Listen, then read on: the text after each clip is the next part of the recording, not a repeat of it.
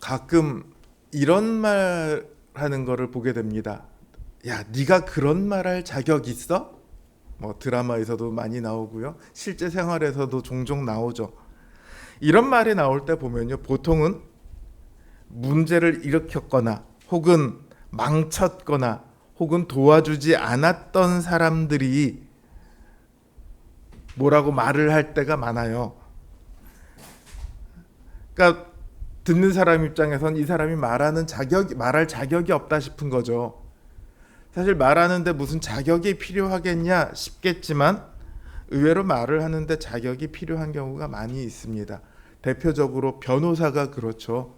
재판정에서 변호를 할 때는 자격증이 있어야 합니다. 말만 그런 게 아니라 많은 일에 있어서 자격이 필요합니다. 만약 우리 한결이가 열심히 공부를 해서 서울대를 갔다고 쳐봅시다.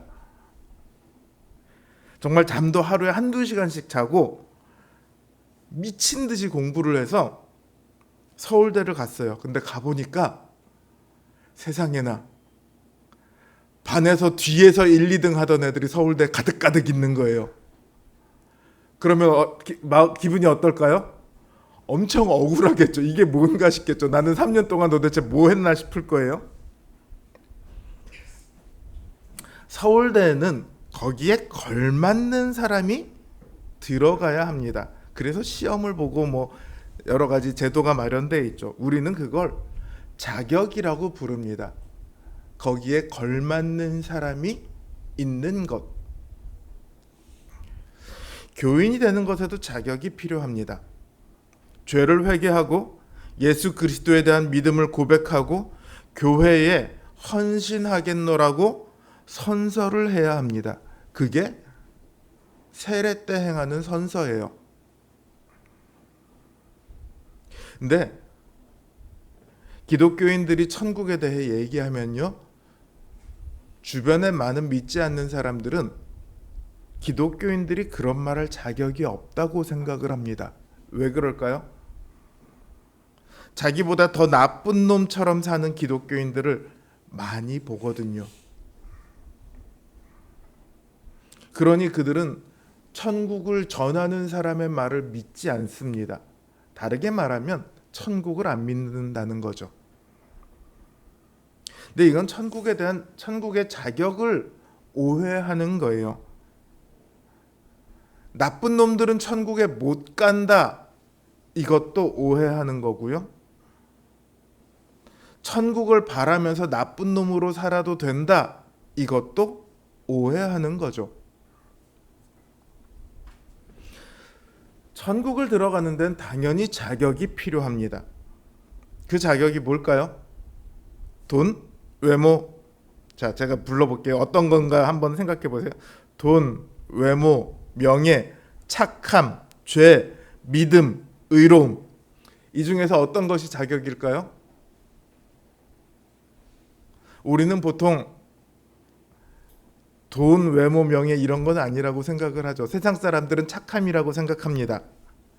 그리고 신자들은 믿음으로 구원받는다는 말에 익숙해 있기 때문에 천국의 자격이 믿음이라고 생각을 해요. 하지만 원래는 뭐여야 하죠? 의로움입니다. 천국은 의인만이 들어갈 수 있어요. 이건 제 말이 아니라 성경이 말하고 있어요. 로마서 2장 13절에서 15절 말씀입니다. 우리 한번 함께 읽어볼까요? 하나님 앞에서는 율법을 듣는 자가 의인이 아니요 오직 율법을 행하는 자라야 의롭다 하심을 얻으리니 율법 없는 이방인이 본성으로 율법의 일을 행할 때에는 이 사람은 율법이 없어도 자기가 자기에게 율법이 되나니 이런 이들은 그 양심이 증거가 되어 그 생각들이 서로 혹은 고발하며 혹은 변명하여 그 마음에 새긴 율법의 행위를 나타내느니라. 물론 여기서 말하는 의로움은 세상 사람들이 생각하는 의로움이 아니라 하나님의 뜻에 순종하는 의로움입니다. 아무리 착하게 살았어도 하나님의 뜻에 순종하지 않았으면 천국에 들어갈 수 없습니다. 하나님을 알지 못하는 사람도요, 구원받지 못합니까? 구원받을 길은 있어요. 착하게 하나님 원하시는 뜻대로 살아가면 돼요. 율법을 몰라요? 괜찮아요. 자기의 양심에 따라서 단 한 점 거리낌 없이 살아가면 돼요. 근데 전제가 있습니다. 뭐냐면 죄가 없으되 하나도 없어야 합니다. 하나라도 있으면 천국에 들어갈 수 없어요. 그러니까 천국에 들어가는 자격은요, 죄를 하나도 안 지어야 하고요, 모든 일에 하나님께 순종해야 합니다. 이게 의로움이에요. 근데 문제가 있죠. 로마서에서는 이렇게 말해놓고 그 바로 다음 장에서 뭐라고 합니까? 의인은 없으니 하나도 없다, 이렇게 말을 해요. 죄가 없는 사람도 없고 모든 일에 하나님께 순종하는 사람도 없습니다. 그렇다면 천국에 들어갈 수 있는 사람이 단 한 명도 없게 되는 거죠. 물론 우리도 천국에 못 들어가는 것은 너무도 당연한 일입니다. 당장 제가 살아온 날을 되돌아보면 죄가 하나도 없는 거는 말도 안 되는 얘기고, 제가 행한 일들 중에 죄가 더 많을까 선행이 더 많을까를 놓고 따져봐도 죄가 더 많은 것 같아요. 특히 기독교인은 더 이렇게 말을 합니다. 왜냐하면 스스로를 죄인이라고 고백하는 사람들이 많기 때문에 나는 선행보다 죄가 많아, 이렇게 아마 스스로를 돌아보면 그렇게 판단을 하게 될 거예요. 그러니까 우리가 천국에 가려면 원래 마련된 기준, 우리의 의로움으로는 전혀 불가능합니다. 그럼 어떻게 해야 합니까? 하나님께서 또 다른 길을 열어주셔야 합니다. 그리고 하나님께서 그 길을 열어주셨죠. 그거 자체가 바로 은혜입니다. 죄인들에게 또 다른 길을 열어주시는 것, 이것이 은혜라고요. 이 은혜가 없다면 우리는 그저 심판받아 멸망당할 사람들일 뿐입니다. 우리에게는 하나님의 은혜가 너무도 절실하게 필요합니다. 은혜 안에 있으니까 은혜에 둔감해져요. 마치 공기 중에 사는 사람이 공기의 소중함을 모르고 사는 것처럼 그렇게 삽니다. 여러분들 숨을 멈추고 1분만 지나 보십시오. 당장 죽을 것 같다는 느낌이 들 겁니다. 은혜가 그렇습니다. 그러나 다른 길이 생겼다는 사실만으로 모든 것이 해결되지는 않습니다.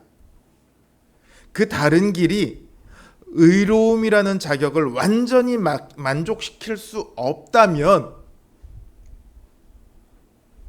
그 길로도 천국에는 못 들어가는 거겠죠. 하나님께서는 아무도 천국에 못 들어오게 하시려고 의로움이라는 기준을 선정하신 게 아니에요. 하나님께서는 오히려 더 많은 사람이 하나님 나라에 들어오기를 원하십니다. 그래서 하나님께서는 또 다른 길을 마련하셨죠. 아까 의로움은 죄를 안 짓는 것과 모든 일에 순종하는 이 두 가지라고 말씀을 드렸잖아요. 그러면 또 다른 길은 이 문제를, 두 가지 문제를 모두 다 해결해야만 합니다. 죄의 문제도 해결해야 되고 순종의 문제도 해결해야 합니다. 이 다른 길을 위해서 하나님의 아들이신 예수님께서 인간의 몸을 입고 이 땅에 오셨습니다.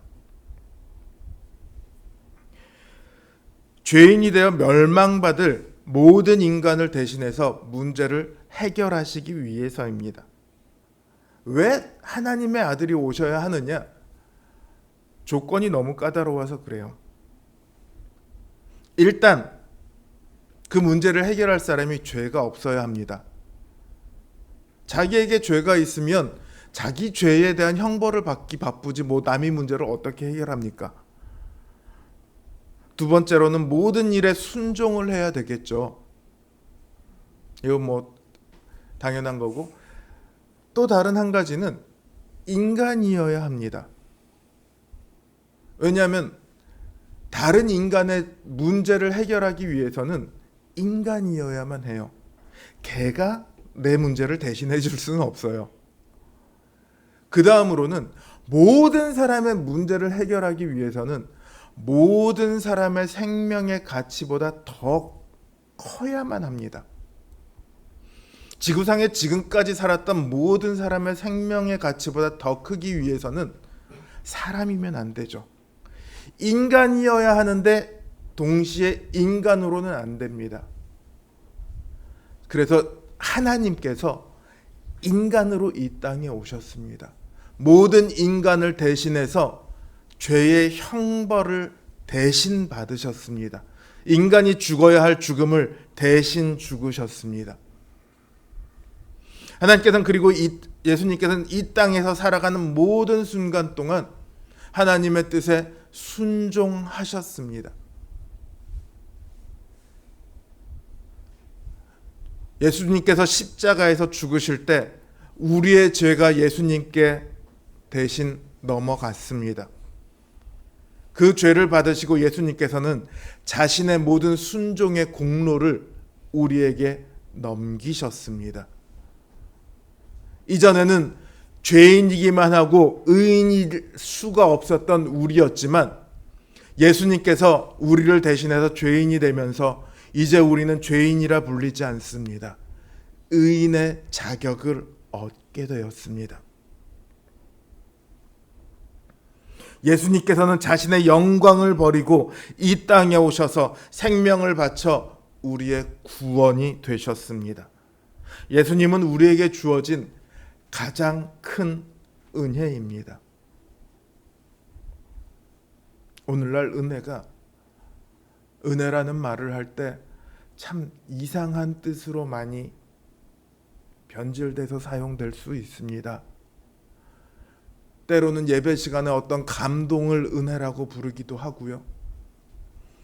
내 기도의 문제가 해결되는 걸 은혜라고 부르기도 하고요. 기타 우리 삶 가운데 생각지도 않았던 우리에게 선한 인도하심이 있을 때 그걸 은혜라고 부르기도 합니다. 그것이 은혜가 아니라는 게 아니에요. 근데 가장 큰 은혜를 놓치고 살아가면서 작은 은혜들에만 집착하는 것 같아서 이런 말씀을 드리는 거예요. 우리에게 가장 큰 은혜는 예수 그리스도입니다. 그래서 오늘 본문은 예수님을 큰 대사장이다 이렇게 부르고 있습니다. 유대인들이요, 기독교인들을 당시 초대교회 기독교인들을 공격할 때 가장 많이 했던 말이 뭐냐면 너희는 대제사장이 없지 않냐. 그러니까 대제사장이 없으니까 죄의 문제를 해결받지 못한다 이렇게 얘기를 했었어요. 주님께서 오시기 전에 이스라엘 백성들도 사실은 은혜로 구원을 받았습니다. 율법으로 구원을 받은 게 아니에요. 그들도 율법을 못 지킨 건 똑같으니까요. 그래서 하나님께서 제사 제도를 만들고 제사장 제도도 만들어 놓으셨어요. 율법을 못 지킨 사람들이 은혜로 구원을 받을 수 있도록 하기 위해서 제사장 제도를 만드셨어요. 하나님께서는 대제사장을 세우셔서 백성들을 위한 속죄의 제사를 드리도록 하셨습니다. 그런데 이 인간 대제사장은 자기 자신도 죄가 있잖아요. 그러니까 자기 자신을 위해서도 속죄의 제사를 드려야 했습니다. 그렇다면 구약의 이 율법에 따른 대제사장이 죄의 문제를 해결하지 못한다는 것은 너무도 명백하죠. 그러나 예수님은 다릅니다. 예수님은 죄가 없으십니다. 죄가 없으시니 다른 이들을 위해 얼마든지 속죄의 제사를 드릴 수 있습니다. 그러니까 실상은 구약의 율법에 따른 이 인간 대제사장들도 큰 제사장이신 예수님에 힘입어 죄의 문제를 해결한 것뿐이에요. 우리에게 대제사장이신 분 예수님이 계십니다. 이렇게 얼마든지 답할 수 있죠. 근데 유대인들은 또 하나를 공격합니다. 뭘 공격하냐면 대제사장이 되려면 아론의 후손이어야 하는데 예수님은 어느 지파입니까? 유다 지파거든요. 그러니까 대제사장이 될 수 없다. 그들은 이렇게 말을 해요. 사실 더 웃긴 게 뭐냐면 예수님 당시에 유대인들의 대제사장들이 있는데 그 사람들은 레위 지파가 아니에요. 중간기를 거치면서 전혀 다른 사람들이 대제사장이 됐고 그들이 대를 이어서 그냥 대제사장을 해요. 거기에 대해 성경은 예수님께서 아론의 계열을 따르는 제사장이 아니라 멜기세덱의 계열을 따르는 제사장이다. 이렇게 답을 합니다. 여기 대해서는 7장에 나오니까 제가 그때 대해서 다시 한번 설명을 하겠습니다만 어쨌든 예수님이 우리의 대제사장이라는 것에 대해서는 그 자격에 대해서는 조금도 의심할 이유가 없습니다.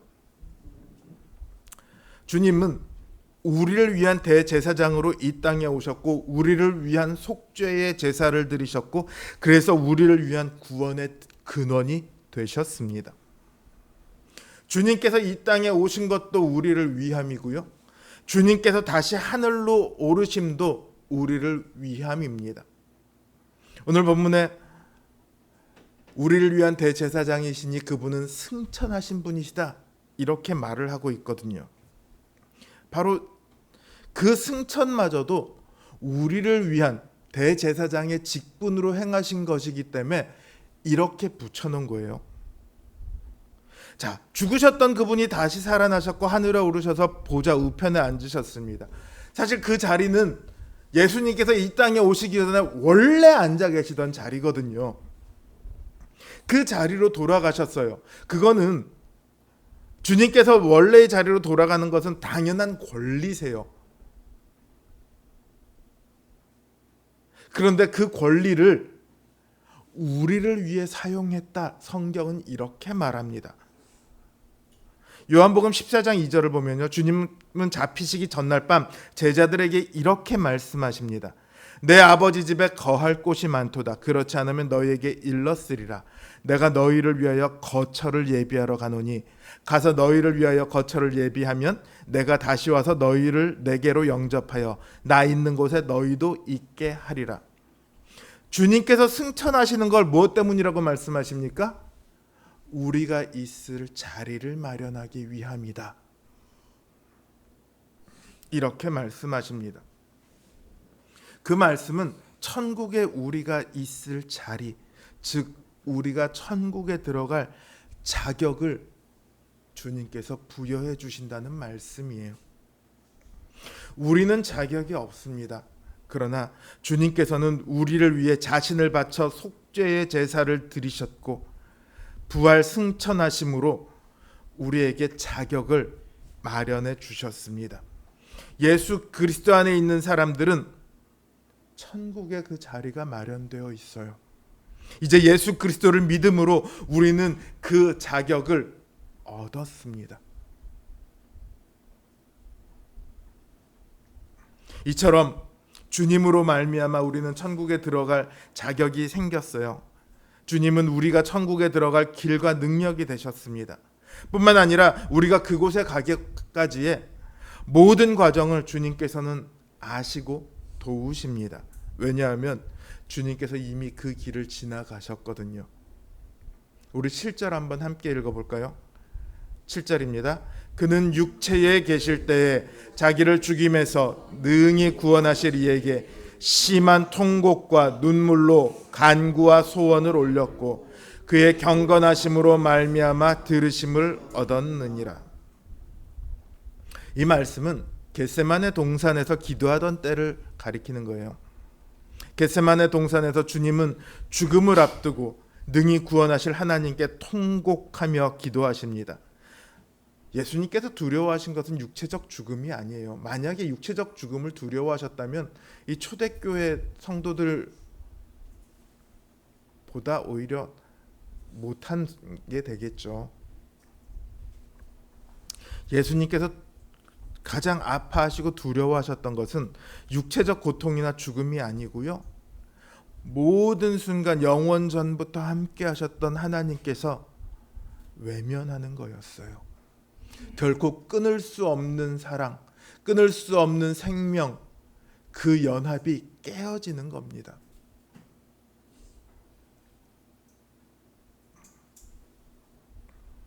그러나 그분은 자신을 구원해 주실 하나님께 자신을 맡기셨습니다. 아버지의 뜻대로 행하시옵소서.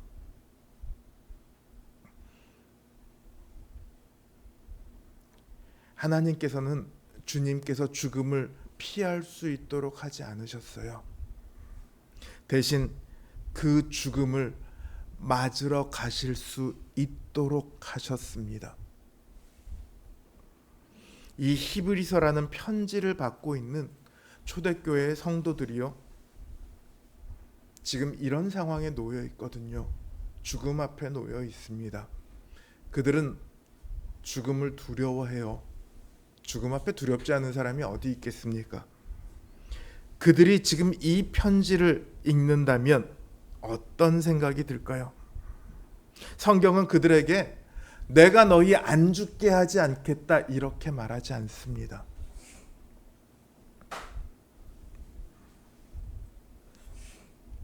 성경이 그들에게 제시하는 해답은 주님이 계시는 은혜의 보좌의 앞으로 나아가라는 거였어요. 주님은 그들이 시험당하는 고통을 모르지 않으십니다. 주님께서 본격적인 사역을 나설 때 제일 먼저 하신 일이 뭡니까? 마귀에게 시험을 당하는 거였어요. 그리고 주님께서 십자가에서 마지막으로 죽으실 때 사람들이 주님을 시험하죠. 네가 하나님의 아들이거든 거기서 내려와 봐라. 네가 예수라면 너를 구원해 봐라. 사람들이 시험을 하죠. 주님께서 이 땅에서 하나님의 아들로서 사역하시는 그 3년 내내 주님은 늘 시험을 당하셨습니다. 사실 주님께서 당하시는 시험은 말도 안 되는 시험이에요. 영원한 진리가 거짓에게 꺾이는 모순입니다. 의인이 형벌을 받는 역설이에요. 가장 강력한 사랑의 연합이 외면당하는 불합리함입니다. 영원한 생명이 죽음에 꺾이는 불가능한 일이에요.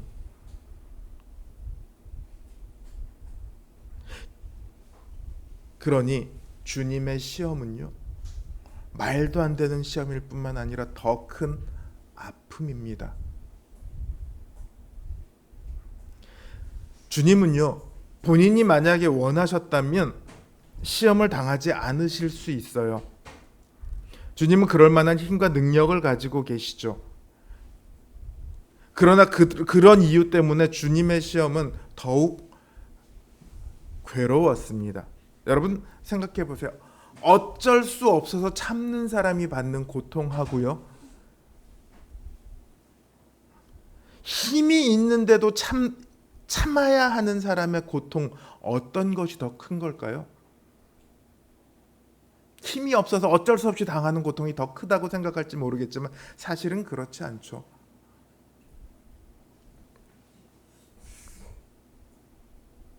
주님의 시험은요, 우리가 받는 시험보다 훨씬 더 고통스러웠습니다.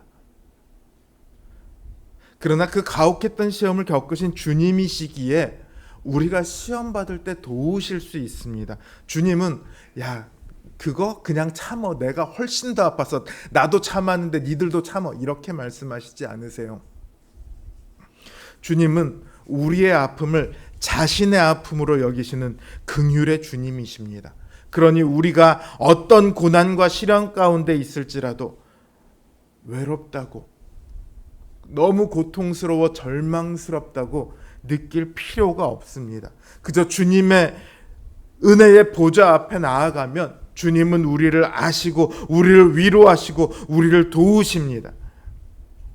우리는 그곳에서 주님의 긍휼하심과 주님의 은혜를 얻을 수 있습니다. 우리를 도우시는 주님의 힘과 능력을 얻을 수 있습니다. 초대교회 성도들은 그 힘과 능력을, 그 은혜를 힘입어 죽음을 이길 수 있었습니다. 그들은 기쁘게 죽음을 맞이하러 나아갔습니다. 나에게는 이 일이 가장 영광된 일이라. 이게 그들의 고백이었습니다.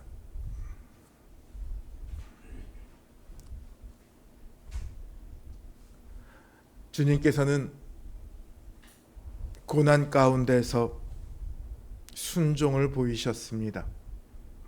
그리고 이제 고난 가운데 있는 우리를 도우십니다. 주님께서 원하시는 것은 너무도 명확합니다. 고난 속에서 순종을 배워 예수님을 따르는 것입니다. 생명의 위협에 놓여 있을지라도 우리는 우리가 해야 할 일을 해야 합니다. 이 땅을 살아가는 동안 우리에게 수많은 시련이 있고 수많은 유혹이 있고 수많은 고난이 있을지라도 우리는 우리가 해야 할 일을 해야 합니다. 바로 신자로 사는 것입니다. 신자는 신자답게 살아야 합니다. 그게 바로 주님께서 원하시는 거예요.